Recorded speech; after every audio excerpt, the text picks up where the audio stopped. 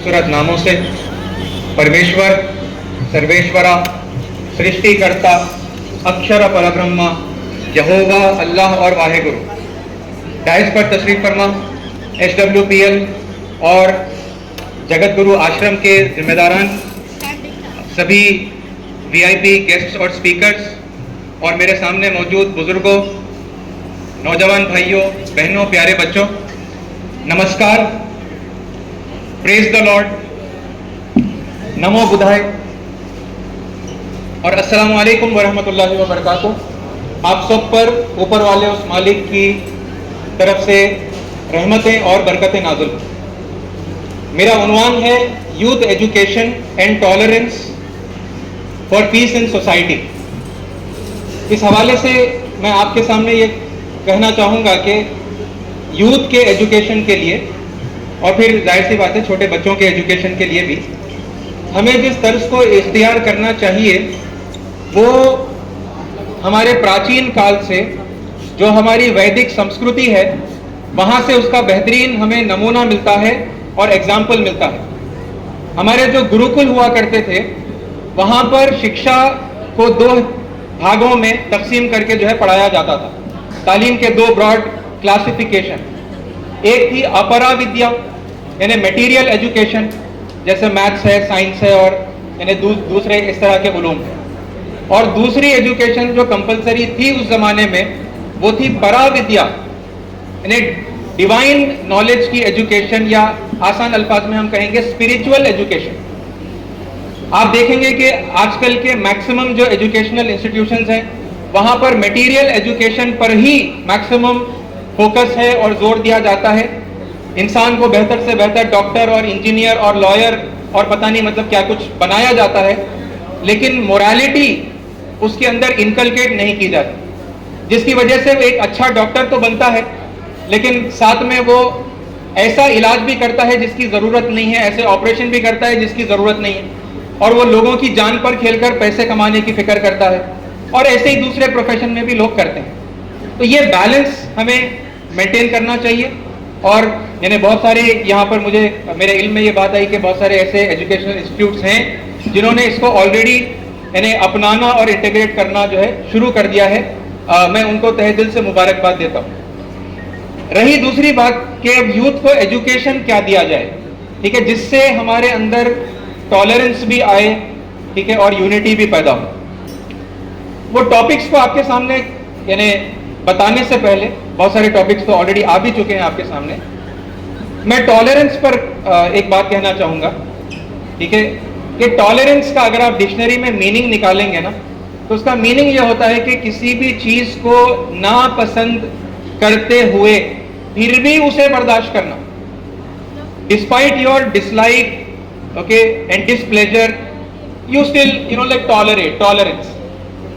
तो अगर हम टॉलरेंस को प्रमोट करेंगे तो फिर कुछ वक्त तक तो जब तक लोगों का मिजाज अच्छा है, मूड अच्छा है ना, मुमकिन है कि लोग एक दूसरे को बड़ी खुशी के साथ में एंटरटेन करें और टॉलरेट करें, लेकिन फिर जब लोगों का पारा चढ़ जाता है, लोगों को गुस्सा आता है, तो फिर टॉलरेंस की एक लिमिट होती है, वो लिमिट क्रॉस हो जाएगी तो फिर लोग एक दूसरे के ऊपर उसी तरह अत्याचार करेंगे, हमले करेंगे, जैसा हम पिछले ज़मानों में भी देखते आए हैं, अभी भी इस वक्त भी हम देख रहे हैं। तो इसके मुकाबले में मेरा और एक्सेप्टेंस को प्रमोट कर, ये रिकंसिलिएशन और एक्सेप्टेंस कैसे आएगा, है ना, उसके बहुत सारे अहम तरीन पॉइंट्स आपके सामने आ गए हैं।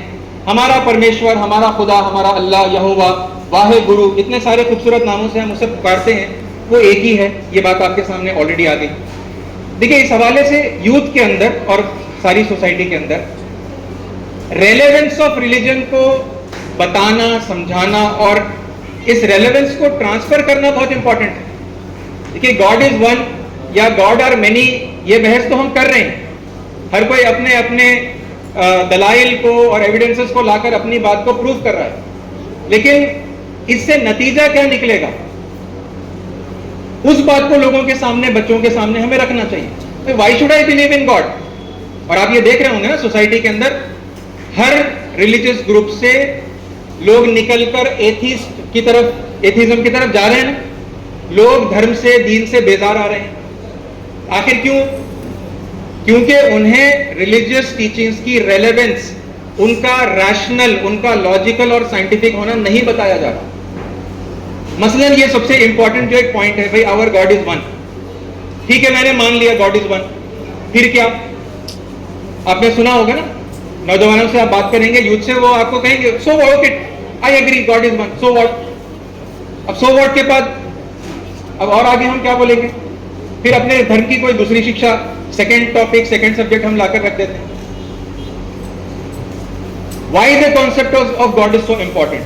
बिकॉज, यानी एक स्टेटमेंट में अगर मैं कहूं, because the concept of God will make you aware of your character, aware of your behaviour, and it will promote self control. भाई जैसे एक सीसीटीवी कैमरा होता है, कहीं पर अगर सीसीटीवी कैमरा नहीं है ना, तो फिर अंदर अगर कोई मन में कोई गलती करने का, चोरी करने का, डाका डालने का अगर ख्याल आए, तो फिर क्या होगा? कोई नहीं देख रहा है, ये ख्याल क्या करेगा? उस गुनाह को करने के लिए इंसान को अंदर से वो मोटिवेट करता है। और अगर वही ख्याल अगर आ जाए कि नहीं, कोई ना कोई है जो देख रहा है, कोई ना कोई है जो सुन रहा है, वो ऊपर वाला है जो देख भी रहा है, सुन भी रहा है, हमारे दिलों में मौजूद है, हमारे दिलों का हाल जानता है। ये गीता के खूबसूरत श्लोकों में भी है, ये बात बाइबल में भी है। सर्वतः पाणी पादम तत्सर्वतोक्षी शिरोमुखम। उसके हाथ पैर हर जगह पर हैं, उसकी तवज्जो, उसका चेहरा, उसकी आंखें हर एक जगह पर हैं, यानी हर एक को देख रही हैं। सर्वतः श्रुति मल्लोके सर्वमावृत्य तिष्ठति। उसके कान हर जगह पर हैं और वो हर जगह पर उसकी जो है प्रेजेंस है, वो मौजूद है ना। वह समीउल बसीर कुरान में कहा गया। वो जब देख रहा है, ये जब हमें रेलेवेंस समझ में आएगा ना, there is someone who is watching.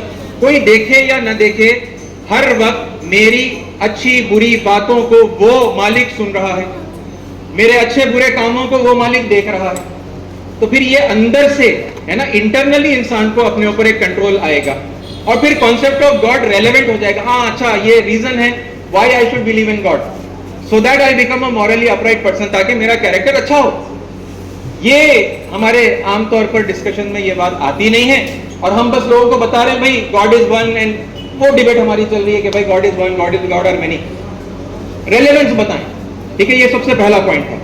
दूसरी एक बात मैं आपसे कहना चाहूंगा कि लैंग्वेजेस को प्रमोट करिए, और उसका एक छोटा सा एग्जांपल मैं आपको दूं। कुरान की आयत है, इन्ना दीना इंदल्लाहिल इस्लाम। इसका हम उर्दू में तर्जुमा करेंगे, अल्लाह के नजदीक काबिल कबूल दीन जो है वो सिर्फ इस्लाम है। अब ये हो जाएगा, यानी दूसरी कम्युनिटीज के लिए यानी मुश्किल की बात हो जाएगी ना। काबिल कबूल जो है सिर्फ इस्लाम है, बाकी दूसरा कुछ भी नहीं है। लेकिन अगर इसी का ट्रांसलेशन हम करेंगे, प्रॉपर ट्रांसलेशन जो भी लैंग्वेज में कर रहे हैं, चाहे वो इंग्लिश हो या फिर उर्दू हो, तेलुगु हो, ठीक है, कि परमेश्वर के नजदीक काबिल कबूल, एक्सेप्टेबल धर्म, जिंदगी गुजारने का तरीका समर्पण है, सबमिशन है। तो आप बताइए, क्या लोगों को प्रॉब्लम होगा? आप परमेश्वर कहिए, गॉड कहिए, यहोवा कहिए, कहा गया है हमेशा से परमेश्वर ने लोगों का समर्पण ही चाहा। तमेव शरणं गच्छा सर्वभावेन भारत तत्प्रसादात् परम शांतिं स्थानं प्राप्स्यसि शाश्वतम्। है ना, गीता का कितना खूबसूरत श्लोक है। श्री कृष्ण परमात्मा जो है अर्जुन से कह रहे हैं कि हे भारत, तू सब प्रकार से उस परमेश्वर की ही शरण में जा, उस परमात्मा की कृपा से ही तुझे परम शांति तथा सनातन परम धाम प्राप्त होगा। वही मैसेज है, या अय्युहल्लज़ीना आमनू उदखुलू फिस्सिल्मि काफ़ा, ऐ लोगों जो ईमान लाए हो, पूरे के पूरे इस्लाम में दाखिल हो जाओ। ऐ आस्था रखने वालों, ऐ परमेश्वर को मानने वालों, O you believers of God, submit completely to God almighty. उसके शरण में जो है पूरे के पूरे आ जाओ। तो तालीमात अगरचे कि एक ही है और हम बताना भी बहुत अच्छी बात लोगों को चाहते हैं, लेकिन लैंग्वेजेस का डिफरेंस जो हम मेंटेन करते हैं, अपनी लैंग्वेज में अपनी बात को जो है बरकरार रखते हैं, तो उससे ये कम्युनिकेशन गैप आता है और लोगों को वो बात यूनिवर्सल मैसेज के बजाय एक कम्युनल मैसेज की तरह समझ में आती है। तीसरी और आखिरी बात, मैं माफी चाहता हूँ, मेरा वक्त हो चुका है। देखिए, इंटीग्रेट करने का तीसरा पहलू यह है कि वो जो दीन का सिलसिला है, वो जो धर्म की परंपरा है, जो सनातन से, शुरुआत से, आदिकाल से जो चली आ रही है, ठीक है, और वो अभी भी चल रही है, उससे रिश्ता जोड़ते हुए हम दीन की और धर्म की बात लोगों के सामने करें। ठीक है, यानी अगर गीता के हवाले से मैं कहूं तो वो खूबसूरत श्लोक हैं 4:7 और 4:8। यदा यदा ही धर्मस्य ग्लानिर्भवति भारत अभ्युत्थानम अधर्मस्य तदात्मानं सृजाम्यहम्। जब जब धर्म को ग्लानि पहुंचती है, ये जरा आप अपने उसमें समझे, अपने अपने रिलीजियस कॉन्टेक्स्ट में समझिए, क्योंकि हर एक ये बात जानता है, कोई नई बात नहीं बता। जब जब दीन को नुकसान पहुंचता है, धर्म को ग्लानि पहुंचती है और अधर्म बढ़ जाता है, बेदीनी बढ़ जाती है, तब तब दीन की तालीमात को रिन्यू करने, रीएस्टैब्लिश करने के लिए मैं आता हूं। और आगे फिर बताया, परित्राणाय साधूनाम विनाशाय च दुष्कृताम धर्म संस्थापनार्थाय संभवामि युगे युगे। ये जो नेकोकार लोग हैं, जो अच्छे लोग हैं, जो साधु लोग हैं, उनको बचाने के लिए, और जो पापी और दुष्ट और गुनहगार हैं उनको विनाश करने के लिए और धर्म को दोबारा से एस्टैब्लिश करने के लिए हर दौर में मैं आता हूं। तो क्या सिर्फ यानी महाभारत काल तक आए, उसके बाद में नहीं आए, ये हमारे सनातन धर्म के लोगों को सोचना चाहिए। और वो जो जुडाइज्म को और क्रिश्चियनिटी को मानते हैं, वो तो ये सारी परंपरा जानते हैं ना, एडम एंड ईव और नोआ और फिर उसके बाद इब्राहिम, है ना, मोसेस, जीसस, हम लोग मानते हैं पहले से। फिर वो पुरानी परंपरा से रिश्ता जोड़कर बात करें ना, और इस तरह से अगर हम बात को जो है रखेंगे तो फिर वो रिश्ता जुड़ेगा कि भाई हमारा धर्म भी अलग कोई धर्म नहीं है, अलग अलग काल था, अलग अलग जगह थी दुनिया के अंदर, लोकेशन डिफरेंट थे, लोगों की जो भी जुबान थी उस जुबान के अंदर वो परमेश्वर का जो है अल्लाह का पैगाम आया, और वही पैगाम आज भी जाकर देखिए आपको लोगों को उन ग्रंथों में मिलेगा, लोगों में नहीं मिलेगा। लोगों के बिहेवियर को मत देखिए, ग्रंथों में देखिए, है ना, आपको डिवाइन स्क्रिप्चर्स में वो तालीमात मिलेंगे। ये 3 पॉइंट्स थे जो इस मौके पर यूथ को देकर हम अपनी सोसाइटी के अंदर पीस लाने के लिए मैंने आपके सामने रखे। हमारा देश इस रास्ते पर चल रहा है और तेजी से आगे बढ़ने की जरूरत है, और इंशाल्लाह हम जब आगे इसी तरह बढ़ते रहेंगे तो बहुत जल्द हम वर्ल्ड के स्पिरिचुअल लीडर बनेंगे। इंशाल्लाह भारत वर्ल्ड का स्पिरिचुअल लीडर बनेगा। अल्लाह ताला से दुआ है कि अल्लाह ताला जल्द से जल्द हमारे भारत को दुनिया में विश्व गुरु के स्थान के ऊपर लेकर जाए। तथास्तु। जय हिंद।